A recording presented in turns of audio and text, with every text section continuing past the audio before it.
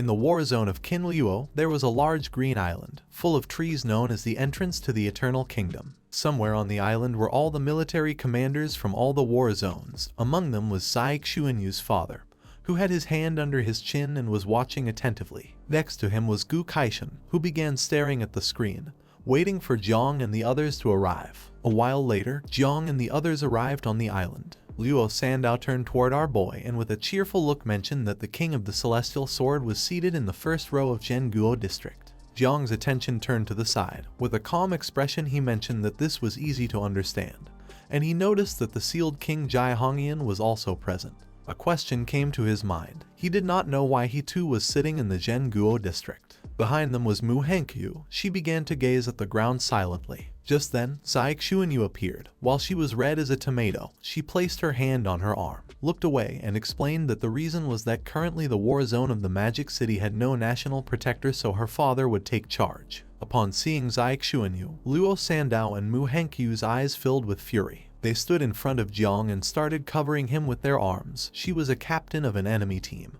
and they thought she was trying to win over Jiang. Upon seeing their behavior, the mind of our boy was filled with confusion. He remained silent, not knowing what to do or how to act. A crack opened in the sky, and a giant flying ship appeared. On the ship were several men, a general, and another man with white hair. They were from the war zone of the capital, and the combat power of the ship could be compared to the level of an 8th rank protector of the country. Fang Zhenghao was the national protector of the capital and feared that others would not know how great and powerful his family was. The star of the capital, Ying Zhan, jumped off the ship. His eyes were full of determination, and his body was radiating a powerful energy capable of making even the most powerful feel fear. Everyone recognized the legendary Ying Zhang, who had an extraordinary presence. Just then, another crack appeared in the sky, and although the people of the capital were very arrogant, in terms of style, the war district of Guanghai was not far behind. A powerful golden dragon with several heads emerged from the crack, and it was carrying a giant coffin with chains.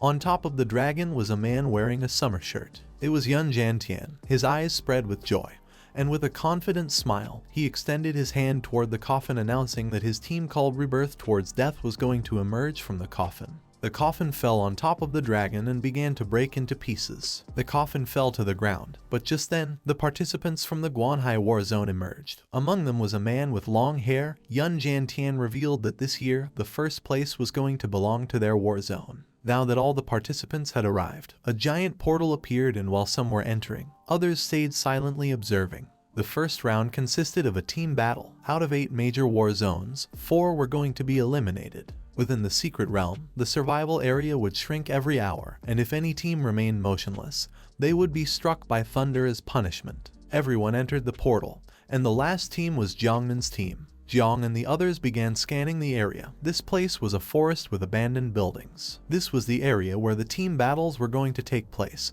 Jiang was the captain, so the others asked him what to do now. The portal disappeared in the sky.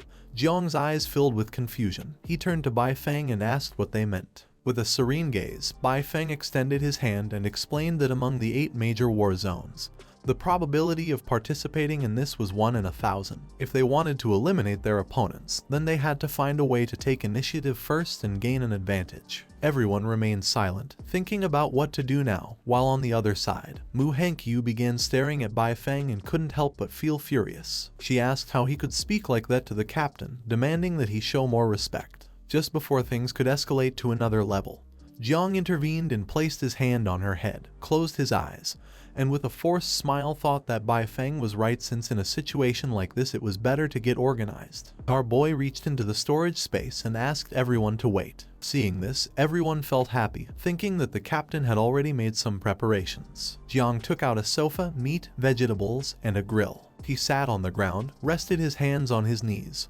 started observing them, and decided it was time to begin. The others began to observe in silence, naming everything Jiang had taken out of the system's storage space. Luo Sandao, Bai Feng, and Tang Ying were shocked and open-mouthed, and it didn't take long for them to realize that Jiang wanted to organize a barbecue. Our boy started putting the meat on skewers. Mu Henkyu clenched her fists and couldn't help but feel furious, and even though Jiang did almost everything right, according to her this was a bit inappropriate.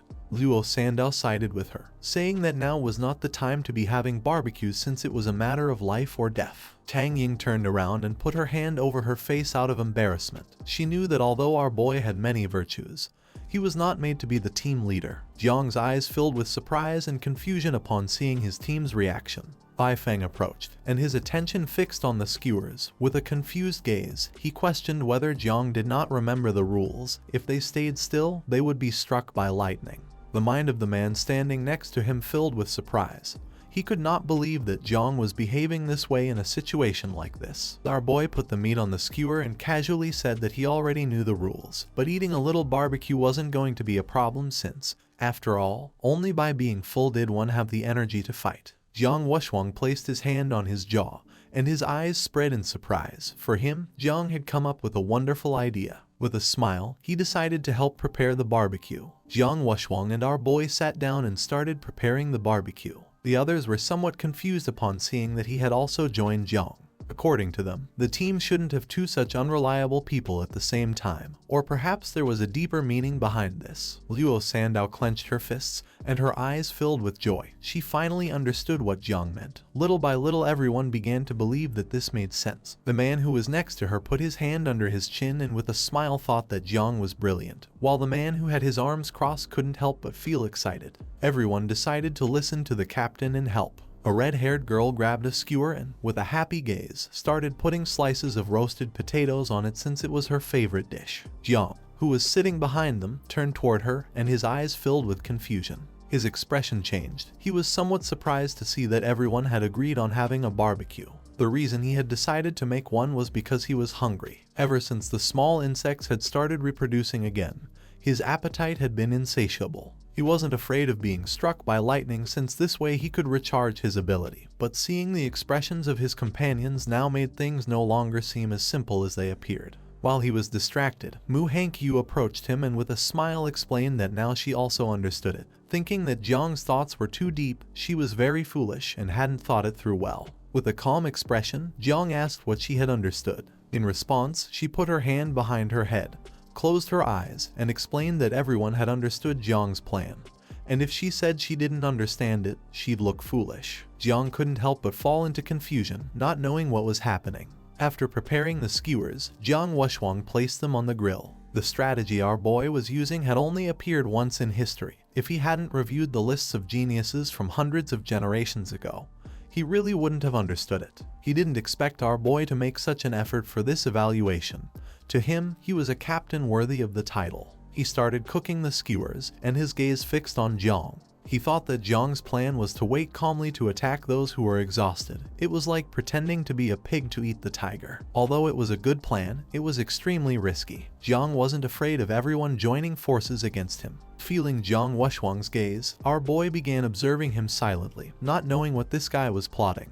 Jiang Wushuang started wondering if this was what they called an invincible heart. For him, it wasn't surprising that his grandfather had asked him to approach Jiang and observe him closely. Compared to him, what Jiang Wushuang lacked wasn't talent or strength but the determination not to fear anything. Jiang's eyes began to shine with seriousness. He asked why Jiang Wushuang was looking at him so intensely. Wushuang, who was grilling the skewers, mentioned that he wasn't as good as him. Jiang stood up and told him that his skewers were burning. The screen started showing everyone that Jiang Wushuang and our boy were preparing skewers. Everyone remained silently watching. Gu Kaishan's eyes filled with rage and disappointment. He couldn't believe that while others were preparing or investigating, Jiang was having a barbecue. He thought he had learned it from Hong Yao. As a captain, he was leading others astray.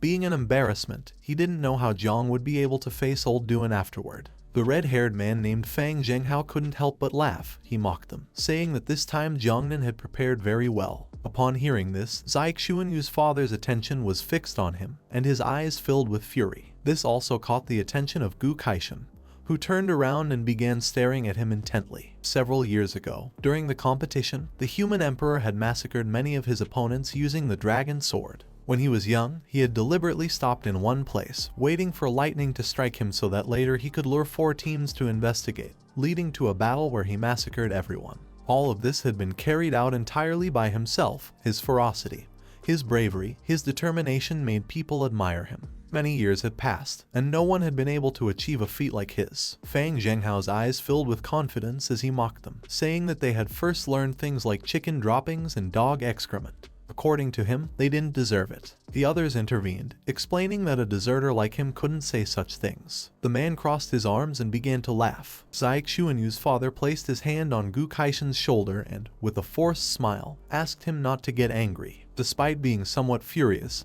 he decided to comply and remain silent. Someone caught the attention of the others by revealing that the war zones of Qin Luo, Wu Xiang, King Lan, and Tianfu were going to unite again and that the capital was going to face a big problem. Gu Kaishan started staring at the man with a piercing gaze, mentioning that this generation of geniuses was not weak and that the capital was indeed going to have problems. The man extended his hand and with a confident expression made it clear that a group of useless people would not be able to stand up to the geniuses of the capital. The screen began to display a map. Gu Kaishan stood up and it didn't take long for him to realize that the 4 elite regions didn't seem to be aiming at the capital, but rather at Jiangnan. They didn't want to attack the strong.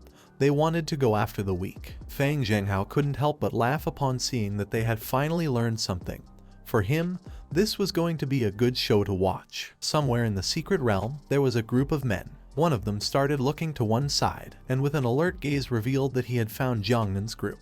They couldn't believe they were having a barbecue and also had no defenses around them. This was something unusual, so they realized something wasn't right and thought they were setting up a trap. The long-haired man's eyes filled with confusion upon seeing that they were hungry in a situation like this. Tianfu's #1 pride, the team captain named Luo Shun, clenched his fist and began releasing powerful energy. His attention focused on Jiang and the others. He told his men to stop arguing. No matter what Jiang's team did, they should advance directly according to plan. They still had comrades standing guard, so they'd be able to defeat them quickly. The 20 elites would divide into 3 groups. Their group would mainly focus on containing Jiang Wuxuang, while Wu Qingqing's group would be responsible for taking down Jiang Chen. The first celestial genius of Kai Luo, named Wu Qingqing, extended her hand and summoned some daggers. Her eyes were shining with confidence, and although Jiang mastered calamities, he could not use them here. As long as they did not give him the chance to unsheath his sword, defeating him would be easy. But the task of Dan Lishuang's group was going to be the most arduous and required taking care of the rest of the group.